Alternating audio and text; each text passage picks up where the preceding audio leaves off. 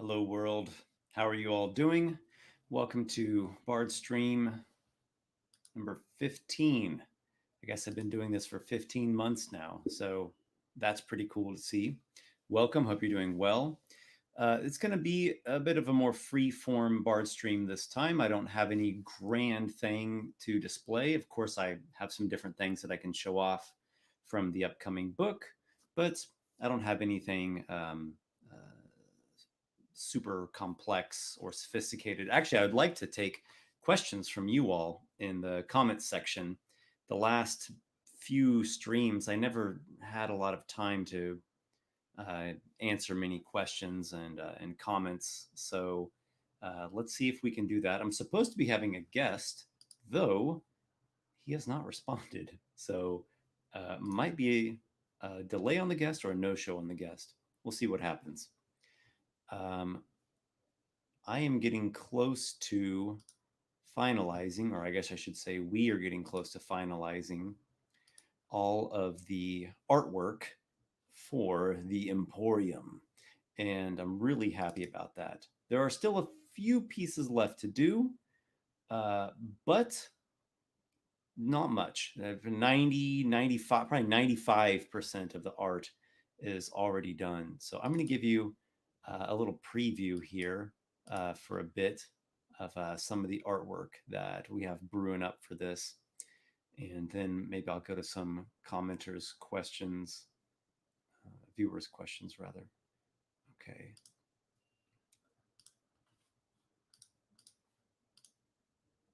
This here is the Bloodmist vampire.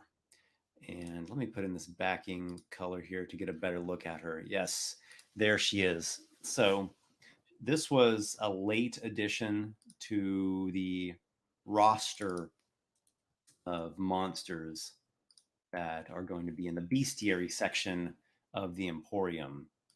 I had this moment where I realized I have no vampire in this book, and I have no minotaur in this book, and I really like vampires and minotaurs.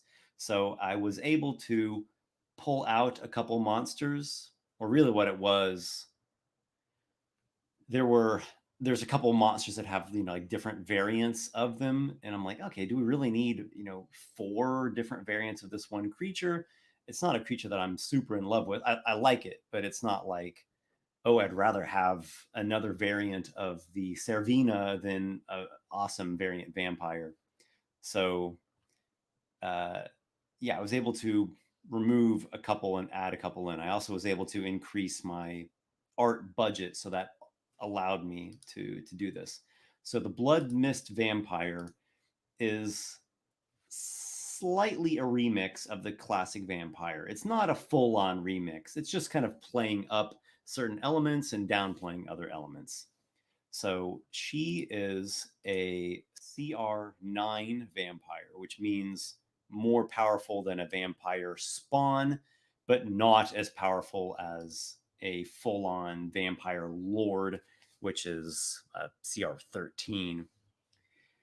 She does have a couple classic vampire things, such as she has the hit point regeneration at the beginning of her turn, but that doesn't work if she's in running water, in direct sunlight, if she takes radiant damage or damage from holy water. And she has those classic vampire weaknesses where she cannot enter a residence if someone does not invite her. Running water harms her. A stake through the heart will paralyze her, and sunlight, direct sunlight, is going to do a lot of radiant damage and give her disadvantage on attacks. So there's the classic vampire. The elements are in there. The fangs on her actually are reduced.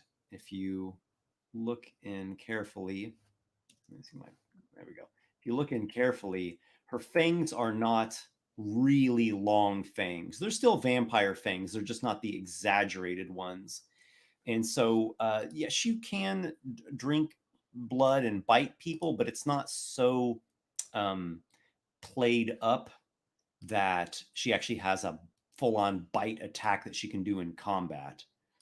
Rather, she has a mist form that she can go into, and while she's in mist form, she can float about. She can slip through small cracks, and she's got some additional defenses in that form. She also has a blood siphon effect that she can do this in regular physical form or in the mist form. And the blood siphon allows her to actually at a close in range, like a 10 feet range, siphon blood out of the target, dealing necrotic damage to the target, reducing the target's maximum hit points by the amount equal to the necrotic damage. And the siphoned blood appears in the Bloodmist vampire's blood pool. So the blood pool is literally a pool that she has constructed and hidden within her lair. And it's a bathing pool or a big fount. And if she gets destroyed, if the blood pool has not been located and drained or destroyed, she will rejuvenate. She will, she dissipates when she gets destroyed, and in a number of days, she'll reappear next to her blood pool along with all her possessions. Again, unless someone found the blood pool and destroyed it. She has some spells. She's like a fifth level sorcerer, so she has some sorcerer spells in there. And the themes are, as you might imagine, fog cloud and misty step and hypnotic pattern and illusion and enchantment type things, control effects, disguise self. And she has two other abilities. She has a slam attack, so if she does need to do a physical strike in melee combat, she does have a slam attack. It's not amazingly powerful, but she can hit. And she has a beguile ability where she can try to charm creatures around her. And let's see, the charmed creatures, there's an extra effect. Let's see, it's a wisdom saving throw or be magically charmed by her. Each time the vampire or her allies take a hostile action against a charmed creature, it can reattempt that saving throw again. Otherwise, it lasts for 24 hours or until the vampire gets killed or is like on a different plane of existence. I thought there was something else with the beguile effect. Oh, yes, that's it. A creature who is charmed by her automatically fails its saving throw against that blood siphon. I wonder if I should put that note in the beguile section or if I should leave it in the blood siphon section. So that's it. That's the basics of the Bloodmist vampire. Really happy I was able to get her added in. Oh my goodness. I believe we have the guest. Dion, are you here? Here. Okay, yeah. Let me bring you out. Oh my gosh. Okay. Hello. Oh, hi. Hi. Okay. Oh my goodness. I was like, oh my gosh, normally I do this on Tuesday and I switched it to Monday because of a scheduling conflict. So I'm like, oh no, that she didn't get the memo. I did. How's I my did. audio? Are you hearing me okay? Yes, I hear you fine. I think, but my internet's a little bit shady today. So, Okay, but I well, hear you fine. you look good and you sound good to me. There's a bit Okay. of background noise because I guess my wife's like giving a bath to our son. So if that gets Oh, too distracting, just tell me and I'll put on my headphones and kind of redo it. Anyhow, okay. Dion, thank you for Yes. joining. Thank you for the invitation. Glad to have you. You've got a contagious smile. Oh, just thank you. Thank you. It's when I'm super stressed and freaking out, that's what I do. It's like a kind of like condition response. Just smile Okay, through it. don't freak out. Breathe. Find your center. What kind of class do you typically play when you make a character in Dungeons and Dragons? Well, I'm still brand new. I just started last January.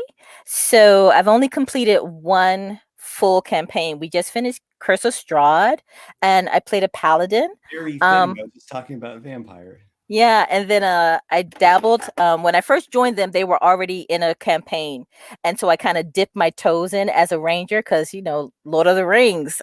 I gotta play a ranger. Okay. Um, but and I've also dabbled in fighter a little bit. I guess because I'm new, tend to kind of stay towards the martial Hmm. classes as opposed to the magical ones because it's just so many spells and you have to, the finesse and the skill that it takes. And as a newbie, I figured just stay with Well, simple martial classes. what, like 100 pages of the player's handbook is spells? Yeah. I don't know, maybe more than that. So it's a lot to go through.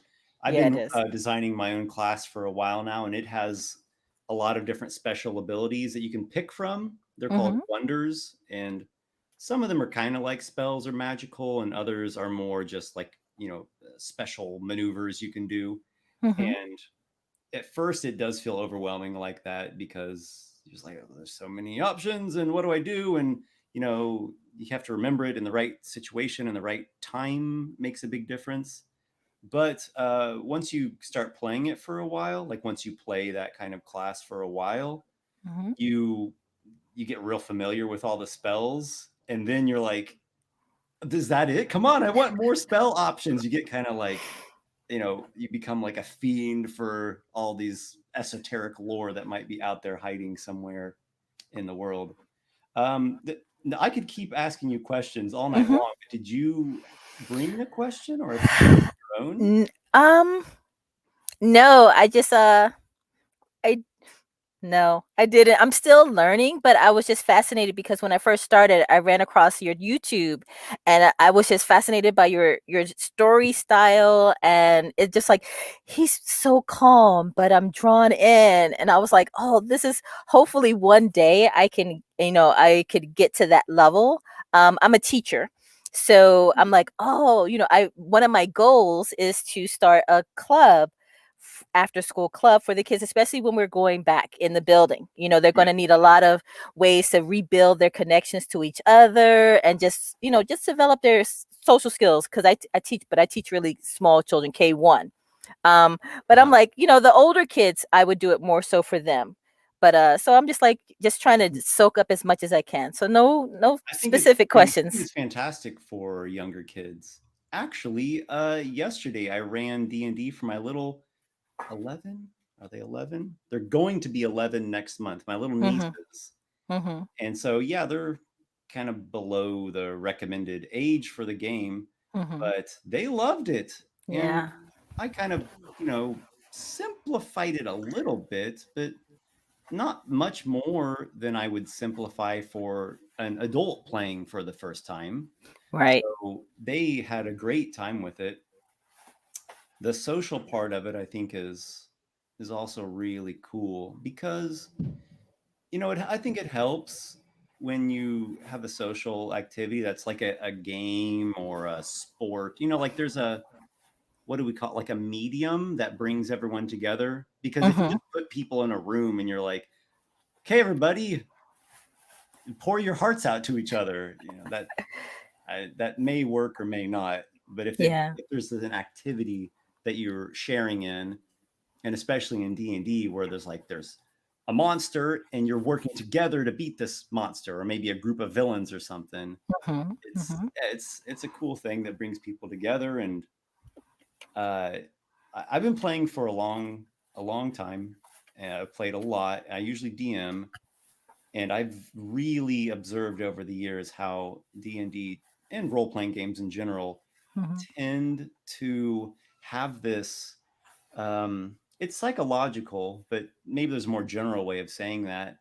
Like people tend to kind of learn about themselves and about socializing through the game. Like the Mm-hmm. game gives you this fantasy world where you can try out many things and you can experiment with many things. And maybe you can even experiment with ideas, and the ideas might actually have a connection to the real world you and the real world matters and whatnot. But now you've got Mm-hmm. this fantasy world, and it's okay if you have this idea and it turns out to be a bad idea or stupid idea, and there's some conflict because it's just contained within the game. Mm-hmm. Um, and there's some social element with that I think is really cool. Like there's always going to be some moment in D&D where you're fighting the monsters and then you're like, wait a minute, like, the classic examples, the baby goblins in the baby goblin nursery, or like, the old goblin grandparents, like, no, don't kill our little, what would we call them, goblinites, Goblinettes. our little goblinettes. And then everyone's like, oh my god, and it becomes this moral Mhm. quandary. But that's good, because it's like we need to experiment with these things to kind of figure out, what it is we're doing. Yeah, that's true. Good on you for teaching, by the way. My mother is a teacher, and I am also a teacher in a way as well. Yes. So, but my Yes. mother's like a school teacher. Yeah.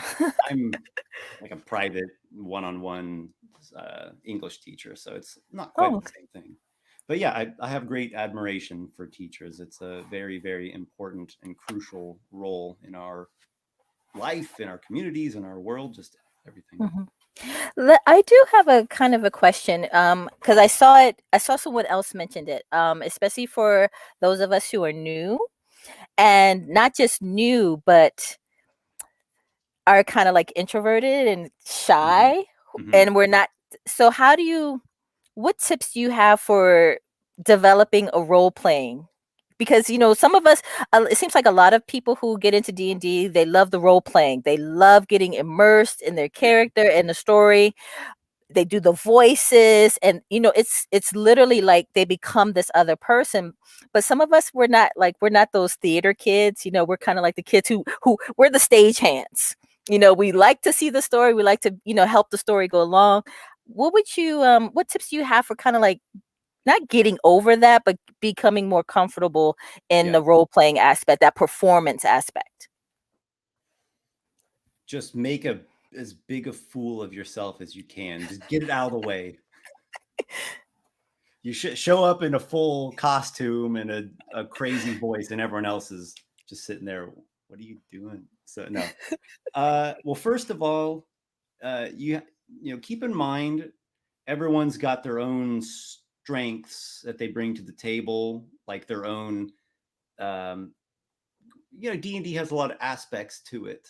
There's the role playing, which is kind of an acting thing in a way, and then there's like the kind of exploring, investigating part of it too, where you're sort of finding your way through the environment or a maze or what have you, clues and puzzles and that kind of, what would we call that?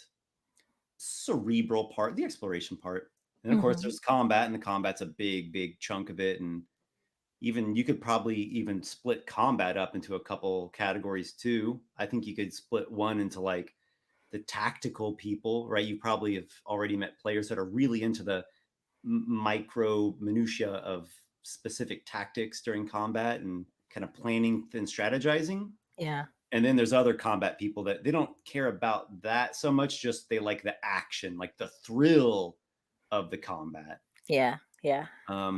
So there's a lot of different facets to the game, and everyone kind of is interested a little bit more in one area or another, and is, kind of naturally gifted a little bit more in one area or another. The same way in school, different Hmm. people will have interest in one subject or be better or worse at a different subject, and that's normal. That's just the the great variation we have amongst people. So Hmm. that's fine. If someone is not naturally inclined to role playing, and they don't participate heavily in the acting part of the game, no big deal. That's fine. That every group's going to have that. Okay. Oh, So okay. getting more specific to your question, which is like, okay, but I want to be in the acting thing. I don't, I'm nervous, or I don't have experience with it. Um, Start slow. Just start with simple things. I mean, I guess you can do the make the fool out of yourself thing if you want, but like, you could start by something subtle, like just you don't have to totally take on a different accent, Mhm. You can just kind of slow the cadence of your voice, or maybe raise it up a little bit or lower it down a little bit, or the voice has more than just accent. There's many Mhm. dimensions of voice. There's a lot of like emotion that comes through with voice and different tones. So you can just do a small change to it. Like you said, what would you say your most recent character was a fighter, A paladin. a paladin in Curse of Strahd. Okay, so yeah, paladin. Why don't you try this before you say anything in your paladin's voice? Uh, think about what you're gonna say. Just take a moment so you can kind of like take out the ums and uhs and kind of the fill in the blank. But there's a name, there's a word for the anchor words, all the little anchor words that we all use to kind of feel comfortable. And Mhm. just take a second and instead of just blah, blah, blah, blah, just kind of blurting, rambling it out. Just maybe he could even be someone who's thoughtful, or almost like he's um, like muttering a prayer to himself or maybe herself. Are you playing a girl? Are you playing a woman? Oh, yes, it was a woman. Okay, so you are playing a paladin Mhm. warrioress, and she will take a Yes. moment maybe to say a quick prayer to her god, or maybe she's just reflective. But that's giving you, the real world person, a time to like make sure you're saying what you want to say, and when it comes out, it has more concise, right? It's like tighter and stronger, more so than what you would normally say in just your regular speaking voice, where you're going to fill in with well, the thing that we all do just in regular informal conversation. It might make the paladin feel more, I don't know, formal or serious, or like real. They have, she has her vow, and Yes. it's not something that she just takes lightly. It's a serious life pledge, and so her words have conviction, right? Mhm. Mhm. You don't have to overdo it, but just kind of like keep that in mind a little bit. let's That say makes you're sense. playing let's say you're playing a wizard. Maybe the wizard is older. Wizards tend to be older because they have to study for so long to get to the point of producing magic that is normally of the realm of like gods and elementals and stuff. So Mhm. maybe you need your voice to be a little more deeper, right? I think voices get deeper as you get older, a little deeper, and you kind of get a little scratchy, groggy, something, right? Just kind of Mhm. play Mhm. with it, Mhm. and you don't have to go overboard. Like, oh, welcome, just a little bit different than what you normally speak with, and maybe his cadence is slightly different. I don't know if this is somewhat like William Shatner or not, but there you have it. Yes. And Mhm. just these small touches make a big difference. Just changing the rhythm and the cadence alone makes a big difference. That's a Um, good idea. so starting small, because, and this might just be kind of general advice for fears. It's not my advice. It's just general world advice. Is like you have to face your fear just a little bit at a time. You kind of touch it, kind of dip your toe in the water, and then take a breath or take a step back. And you kind of slowly expose yourself to it more and more. And then as time goes on, you realize there are no crocodiles in that water. And, it's okay if I journey out into this unknown place that's next to my safe, secure house. And you get your confidence grows. So those Okay. are those are, I guess, two things I could think of as just make some slight changes to your voice. You don't have to worry about being Mhm. this extravagant voice actor from the get go. Just one step at a time, crawl before you run, and Okay. then, yeah, just continually. getting the experience, right? Just over time, you'll get better at it if that is your aim and you keep trying. Yeah, we're starting a new campaign tonight. Now, is this the Strahd? Is this after the Strahd campaign is wrapped up, or is Yes. this a Oh side thing? yeah. No, we finished Strahd in at the end of January. Uh-huh. Did your Yeah. paladin cut Strahd's head off? Ah! No, but she did score almost 200 points. She kept smiting him at the end, Yeah, so she didn't deal the death blow, but she took a big chunk out of him. you got him all the way there, so someone Yeah. else could steal your I death. made him run. Yep, he ran right Did back you, to the crypt. did you get the critical hit smite? Once, yes. Yeah. Ugh, Yeah, it's it's intense. Yeah. it is. I It could is. talk a lot about the acting and role playing thing because I really I love doing voices and characters and stuff. It's I, don't know, I just think it's fun. What's your new campaign? Do you have something you could say? Uh, we are starting Out of the Abyss. Mm-hmm. Oh, and I am playing. I was going to go with the barbarian. The martial thing is pretty simple, still learning D&D, but I was like, no, branch out to one of the hybrid classes, and so I'm doing a rogue. Okay. Now, does this start at level 1 or do you start at a higher level in this one? No, he likes to start us up at level 1 from the Level bottom. 1. In general, that's Yeah. my favorite.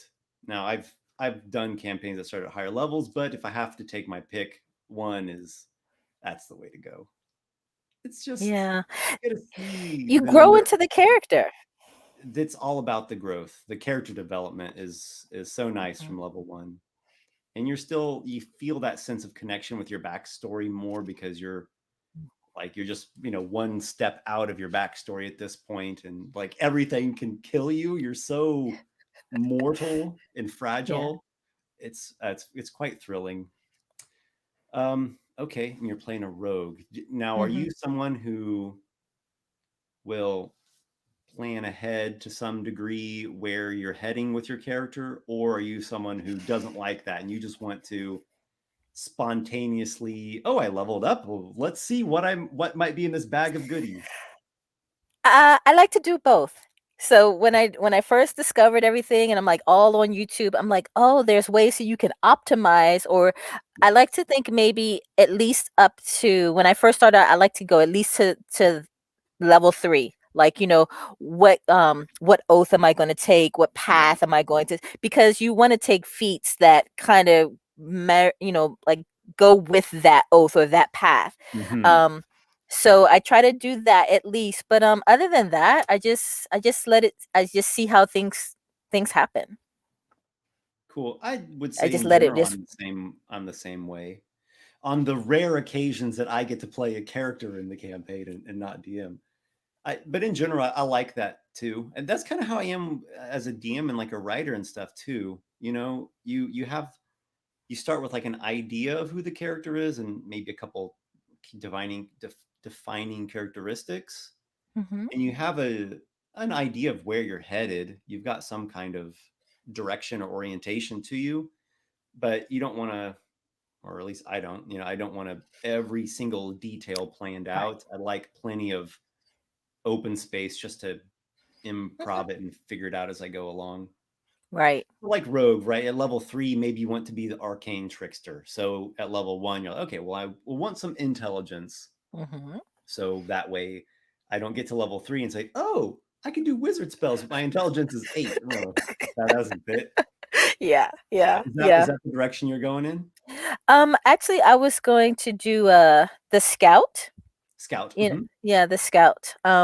Just because there's that little dash of ranger in there. Yeah. So because yeah, when I joined them, this particular group at their first campaign, I joined 5th level ranger. So I didn't really even get to connect with her and build her. It's like, jumped in at level 5. In another game, I jumped in at level 10 as a fighter. And so I Mm-hmm. felt like there was a disconnect with me and the character.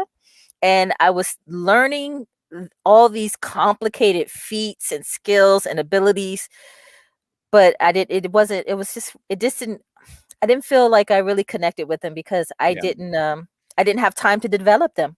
It wasn't me. I just sat there and I just click, click, click, click, click until I got to level 10, and then that was it. Uh-huh. So yeah, Now you're saying click. Does this mean you're playing on online on yes. Realtor? Yeah. Well, we're doing Discord. Uh-huh. Um, we're doing Discord for the voice, and then the maps. He does some kind of, he gives us a link and he streams the maps for us to some Okay. virtual tabletop. Is Another but is it a virtual dice roller? No, he would have us roll in the chat, but this time he's like, no, we missed the click clack, so he's gonna have us roll like our real dice. Okay, But okay. That's what I do playing online is we all just roll dice like normal and hope they don't fall off the computer desk. right. I joined another biweekly campaign because we're still in the house and I'm like, I need some more. I need some more. Um, and so she connected everything with D&D Beyond. So now I'm learning that system. So no maps at all. It's all, it's all theater of the mind, but she Mhm. has us roll through D&D Beyond. So Okay. that's different Some too. people like the using the digital dice roller where everyone sees it and it's like, honest and fair. And I get that. Yeah. I get that. But Yeah. ah, give me the feel of the dice in my palm, Yes. the clickety clack upon the table. It's kind of like the difference between reading an ebook and a physical book, Mhm. where you Mhm. got the textures on your finger and you hear the sound of the pages turning and the smell, and it's The smell, yeah. It is. Yeah, I agree. Even though we transition online, I still had my palette for the characters, and even with the characters that are created strictly online, I still have to have their dice here next to my laptop because I okay. just, I Nice. just got I make that's how I make the connection. Yep. And that's, I mean, in a classic sense, that's what D&D is, Yeah, and one I'm a dice big at a dice goblin. table, and you actually don't need any technology. Like you could play it with no electricity. I don't know. Yeah. You could play D&D like in the medieval ages. I don't know. Yeah. Maybe they'd have to handwrite the books and they'd cost 1,000 gold coins or something. Right Somebody on. would have to carve the dice too. Yes. Yeah. There's a whole profession right there, dice carvers. Yeah. Wow, that's cool. Well, I'm really happy that you've taken to the game so much. You seem to be pretty inspired and like really feeling the adventure and the thrill and the possibility of it all. Yeah, I'm a lifelong like fantasy reader. And somehow I just never in school as a child, I never connected with people who were into D&D. So all of my friends now, they're like, "Oh, we did that back when we were in like middle Yeah. school or elementary school." And I'm like, "Well, I'm sorry that I'm so old, but I just now connected into it because, like I said, no one I knew would they were kind of it was kind of like a secret thing, like a secret club, and Uh-huh. so no one's like, hey, Dion might be interested. No, I never made that connection. So I'm like, hey, it's never too late. Here I am. It's come out of the dark nerdy Yes. secret club into being like a popular thing now. So Right, exactly. So I'm like, why not? out of the shadows and into the celebrity status. Oh my gosh. Wow. Well, that's really cool Yeah, to see. yeah. I'm happy to hear it. And I kind of have a similar thing with the lifelong lover of fantasy, but didn't actually play D&D till a bit later. Like when I was a kid, I played the Hmm. D&D ish type things, but not actual D&D. And then like I didn't play it in high school at all. And it wasn't until after like just out of high school that I properly played the game. But I'd always been into fantasy and like read fantasy and watched fantasy and wrote fantasy and drew monsters and stuff like that. That's really my big lifelong dream is to be publishing fantasy novels, which really when you read them they don't totally feel like D&D. I guess they kind of do, but D&D is like it's this middle ground between like the world of fantasy, which is really connected with like mythology and fairy tales and myths and legends and ancient cultures and stuff, and Mhm. then like game, where it's Yes. like here's the game and the rules of the game and the numbers and the people making jokes and eating snacks. So there's this middle ground where you got to kind of give up some of the what would I call it? Kind of like the more, books can just go so deep into the human heart and mind. So you give up a little bit of that in exchange. You get to play with people and have fun. So Yeah. Yeah. awesome. Well, hey, it was great talking to you. I'm going to see if I can answer some questions from commenters because I always seem to put that off till the very last minute. It's a pleasure to have you on. Okay.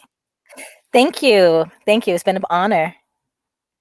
Thank you so much for your support, and I'll talk to you later on.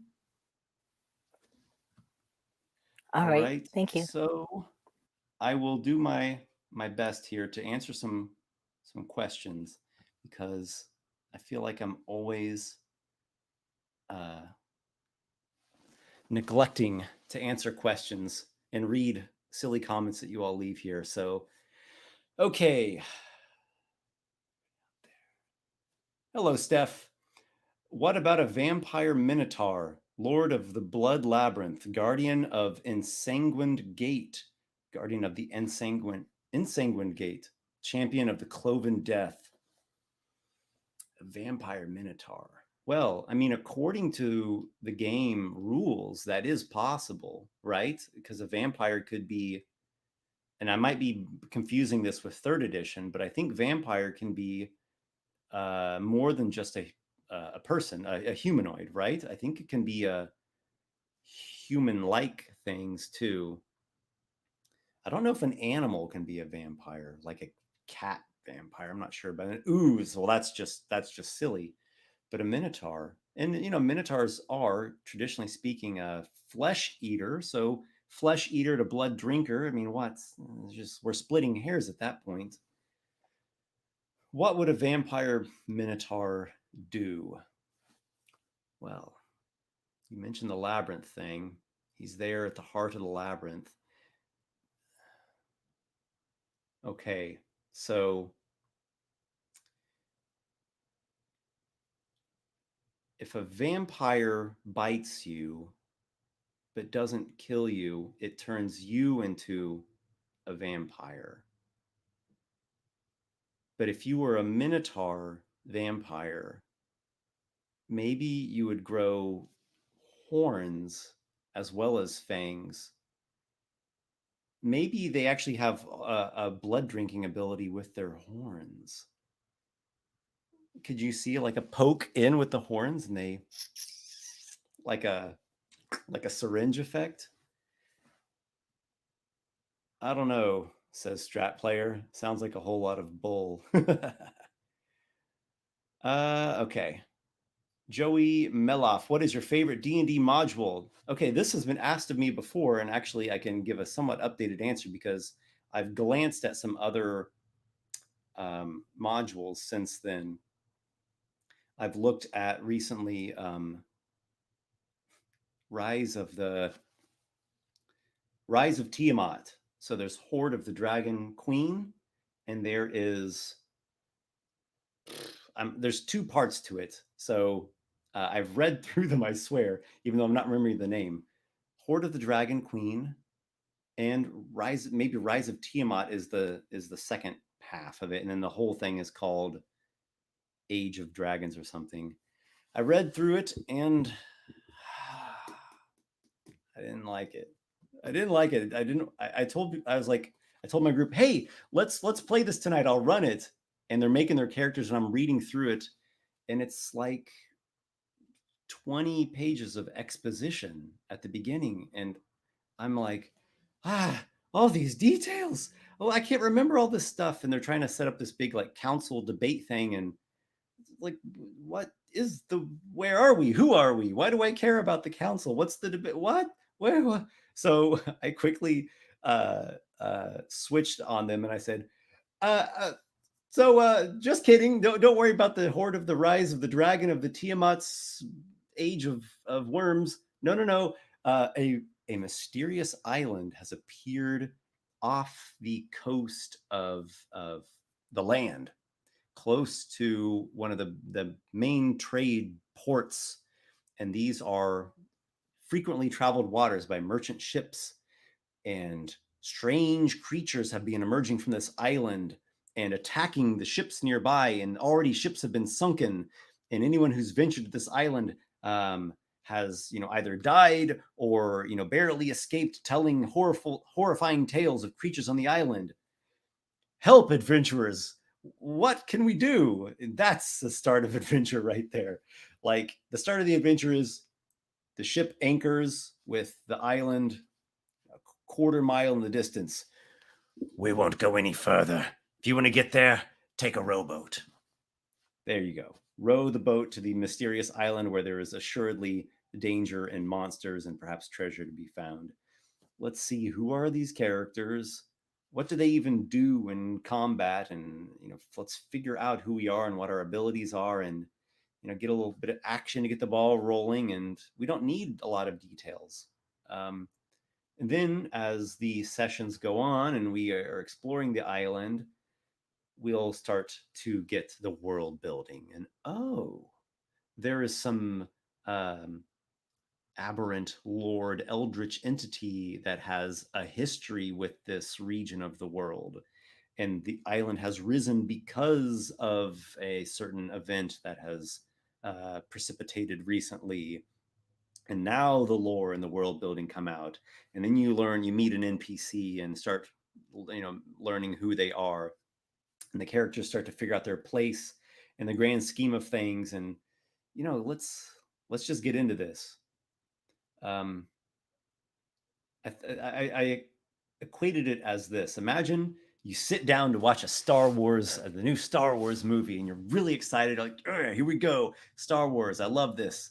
And then here comes the opening crawl, and you're reading okay, wow, yeah, there's a council, there's a rising of a new evil force. Oh my gosh.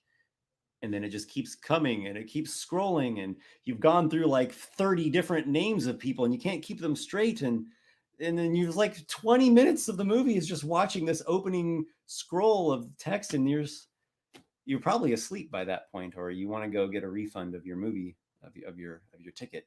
So nah, man, like, just give us like 2 paragraphs. Here's a general context of what's happening. Here's why it matters and what's at stake. Help, heroes.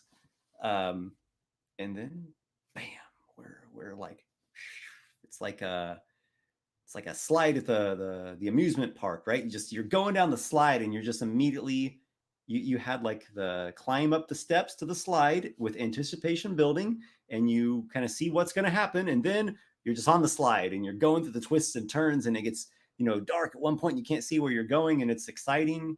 And that's how you start, as opposed to starting by your dad talking to you for 2 hours about the history of who built this amusement park, and you're not even interested in going anymore because it's boring. That's not the only way to start a campaign. I'm not saying that's the only way, but gosh, I like that more than 20 pages of exposition. I dabbled in Ranger because, Lord of the Rings. Maybe the single greatest sentence I've heard a newer D&D player say in this decade, if not century. I personally like Aragon better in his Strider form. Yeah, but also I'm partial to Fellowship of the Ring over Two Towers and Return of the King. Dan Hall says Esper is a god. It is words. You leave me speechless. I have no words for this. I am but a humble dungeon master who hopes that the players will have a good time, and most certainly will not be responsible for the death of any player character. And I'm just a generous fellow. Don't listen to any stories that you have heard otherwise of druids being snuck up on by coral drakes off the shore of that mysterious island and being devoured alive. Steph says Pathfinder Society has special scenarios specifically designed for the young players. The youngest game master in the Pathfinder Society organized play program is only 7 years old. Kids are smart. I mean, they don't have experience yet, so they lack the experience and they're not developed yet. So, of course, they're kind of at a, you can't really compare them to an adult in that sense, right? They're still new to all this. But kids aren't stupid. They're very smart and clever and curious things and very open, which is a wonderfully beneficial trait when it comes to learning and playing. Which, I mean, what is D&D if it's not learning and playing? Um, yeah, I totally believe a 7-year-old is running a game. I used to run all kinds of little adventures and quests and stuff when I was a little kid. Everything I'm doing now is just like this grown up, fancy, overcomplicated version of everything I already did when I was like a little 3-year-old. Like in preschool, I would have these little storytelling sessions, and I would bring my little friends behind the. We had this puppet stage, where you do the little hand puppets. They would come back behind the puppet stage because it was like our own little secluded enclave, and it was a little shadowy back there. And I would tell them scary stories and ghost stories and adventure tales, and they would be uh, thrilled by that. They'd get a kick out of it. And so I guess that's kind of the same thing I'm doing now. But yeah, kids are awesome. Dan Hall, when will we get another choose your own adventure, Esper? Dan, it will happen. It has been foretold. It is my destiny. When will it happen? I'm dedicating myself so much to the Emporium, to my D&D book, and that's really absorbing me. I have to stay focused on that. I'm going to get that done. Hopefully, I'm going to have that done here in like 2 months. Cross every finger, toe, digit that you have. Pray for me. Uh, Yoga, meditate to the astral energies with your crystals. Anything you can do for me that I'll get this book done.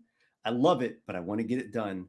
And then I have a couple plans. One plan is I'm going to go back to do another round of querying to try to get my fantasy novels an agent, leading towards getting a traditional publisher. I have a different Kickstarter project that I would like to do. It's very different. It's not a book. It's a simpler product, a simpler tool. It's a simpler thing in all regards, and also I think it could have a more widespread application or widespread appeal. So let's see. And the other thing I really want to do is, as you've said, a choose your own adventure. I call them narrated adventures, but I do want them to have that element where the commenters and viewers can have some way of influencing the decisions that the character in the story makes. Um, I've got some ideas brewing roughly. What do you think of the name Deathly Towers? It's kind of a homage to Deadly Towers, which was a game I played on Nintendo as a kid, and it's like an impossible game to beat. I guess it sucks, but when I was a kid, I was inspired by it, and I loved it. Deathly Towers. I don't know if that name sounds right, but I've got a story starting to brew, and I went and rewatched my old Eldritch Castle narrated adventure slash choose your own adventure series, and I miss it, man. I miss it so much, so much. The nostalgia is like ringing at my heart. So it will happen, and thank you for your patience throughout all this time. Strat player chiming in again. Rumor has it there may be another narrated adventure in the works at Dan Hall, but I'd guess probably not, at the very least, until his book is done. Exactly.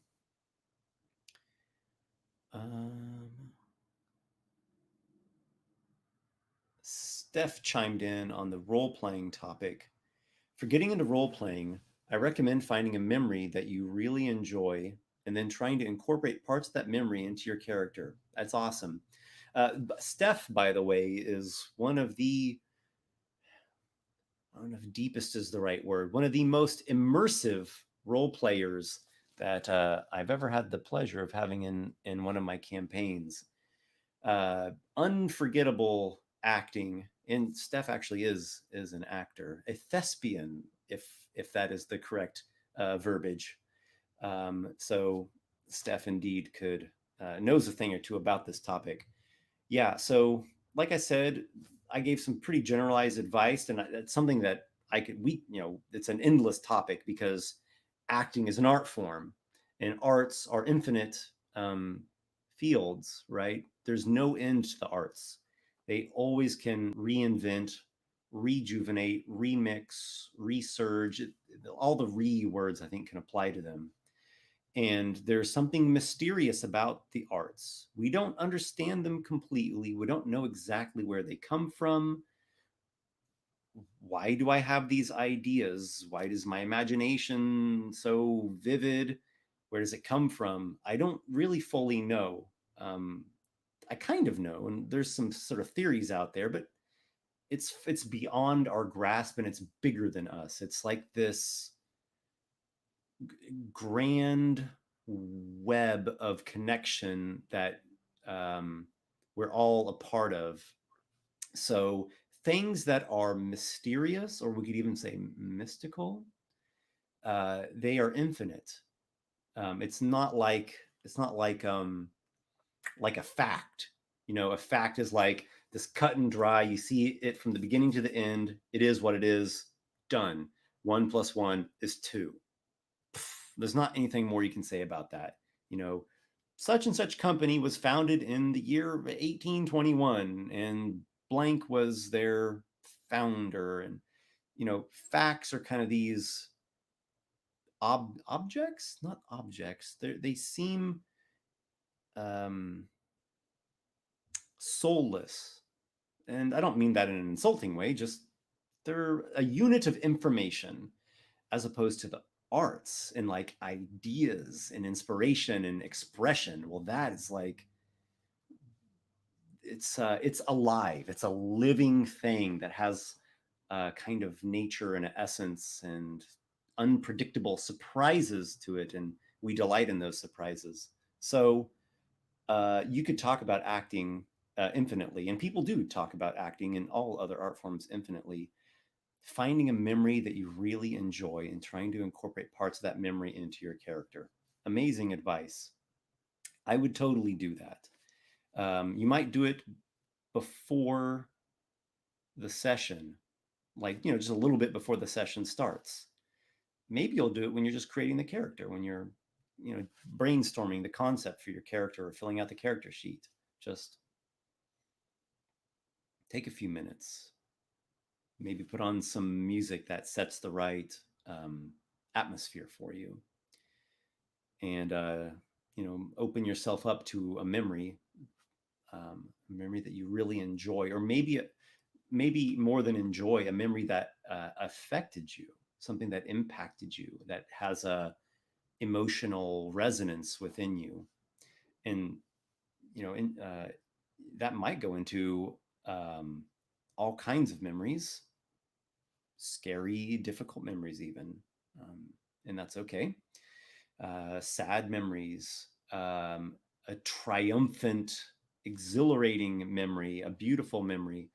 It could be all kinds of things, and let that simmer with you. And if you open yourself up to these things, you'll be amazed with what you come up with. So this is kind of getting back to the mysterious quality that I referred to earlier. Like, if you just quietly by yourself just kind of ask, what is a memory that of something that really impacted me, maybe inspired me in whatever emotional tone that has. What was that memory? And just genuinely, openly ask yourself. I'm sure something will come to you. It'll probably come pretty quickly, and you can kind of experience that. And depending on what you are, um, I don't know. I don't want to say comfortable with, because I think it's good to actually push beyond your comfort zone. You don't grow in the comfort zone. You want to get a little outside of it. And like I said earlier, kind of, dip your toe in the water more and more. So whatever, you will know like what your boundary is. Yeah. So just kind of there in that borderland of your boundary, you can weave that into your character. And that could come out, it could come out indirectly. You don't ever even have to mention that to another person ever, but just the way that the character acts, like the behind the scenes motivation is influenced by that memory. And it's like you already kind of know who that character is just from that bit alone. It's wonderful. I do that with NPCs, by the way, when I'm DMing. Um, I'll put a kind of behind the scenes motivator for them, whether it's like a personality trait or something that they really care about, or some betrayal they suffered, or there could be any kind of motivation or secret that someone has. And it doesn't necessarily have to be known to the player characters. It could strictly just exist on my DM notes or just in my mind. But having that, it makes it so much easier to improv the NPC, because I've already kind of got this grip on what they might do and what they would sacrifice to get to that point. How far are they willing to go to obtain whatever their goal is in association with their motivation or their personality trait. I really love this topic. I could talk about this for hours. I put on my robe and wizard hat. Careful. Some very dicey things happen when you put on robes and wizard hats. A lot of great comments by Steph and good old Strat player. You don't have to go overboard, like bust the top off a jar of Kana's spindle. I'm glad that you have enjoyed Kana's spindle. He has been an NPC that I've enjoyed role playing quite a bit in Mirrormorn. Yarnamalak. The theme of the campaign can impact the feats you choose and the design of a character. I typically don't plan too far ahead. Yeah, I like that. Not everyone's that way. I have some friends, some good friends actually, that they will really plan out in very detailed, with detailed notes, right? Like at this level, I'm going to put one into my con and one into my charisma. And then at this level, I'm going to take this spell and this spell. And then at this level, I'm going to, I need this magic item by this level. And it's, it's theory crafting, which that's also a part of D&D as well. Theory crafting is a big part of D&D. And some people really like that. Like I said with Dion, I like to know where I'm going with things, and I like to know like the identity, rough terms, what the identity, the purpose of things are, and what it means, but not fully. I don't want to know everything, and I don't want to know exactly what the players are going to do. I like the surprises and the curveballs and the unexpected things and the bit of chaos in there balanced with the structure.